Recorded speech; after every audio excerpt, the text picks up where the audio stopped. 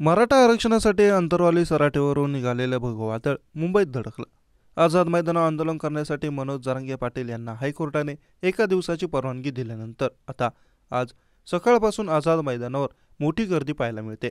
आंदोलनाला फक्त 5,000 जणांना परवानगी असली तरी लाखभर आंदोलक मुंबईच्या दिशेने रवाना झाले.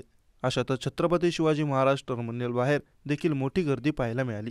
अशातच आता मनोज जरांगे यांच्या आंदोलनाला पाठिंबा देण्यासाठी महाराष्ट्राच्या कानाकोपऱ्यातून मराठा समाज बांधव थोड्या वेळाने मुंबईच्या दिशेने रवाना होणार आहेत. जरांगे यांच्या ताफ्यासोबत कार्यकर्ते जमत आहेत. अशातच जरांगे मुंबईत पोहोचण्याआधीच हजारो मराठा आंदोलक ट्रेनने मुंबईत दाखल झाले. छत्रपती शिवाजी महाराज टर्मिनलवर मराठा आंदोलकांनी घोषणाबाजी केली. यावेळी मोठी गर्दी झाल्याचं पाहायला मिळालं. आझाद मैदान आंदोलन करण्यासाठी मनोज जरांगेंना एका वेळी एकाच दिवसाची परवानगी मिळाली. शनिवारी, रविवारी किंवा सुट्टीच्या दिवशी परवानगी मिळणार नसल्याचं मुंबई पोलिसांनी स्पष्ट केलं.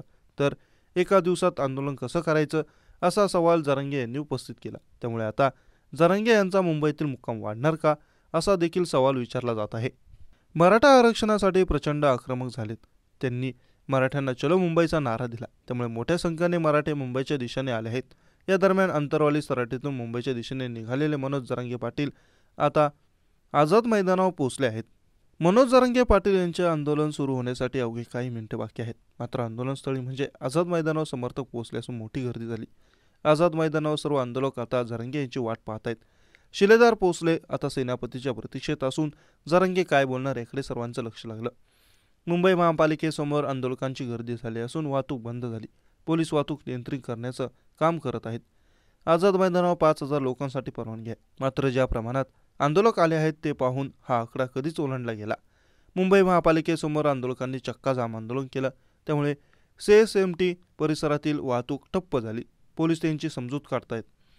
पोलीस आंदोलकांना समजावत त्यांनाही वाहतूक नियंत्रण करण्यासाठी मदतीचं आवाहन करतायत. जरांगे अद्याप पोहोचले नसल्याने आझाद मैदानाजवळ हळूहळू गर्दी वाढू लागली. मनोज जरांगे यांची गाडी आता आझाद मैदानाच्या दिशेने निघाली. आता सरकारची भूमिका काय असणार, जरांगे काय बोलणार हे पाहणं महत्त्वाचं ठरणार आहे.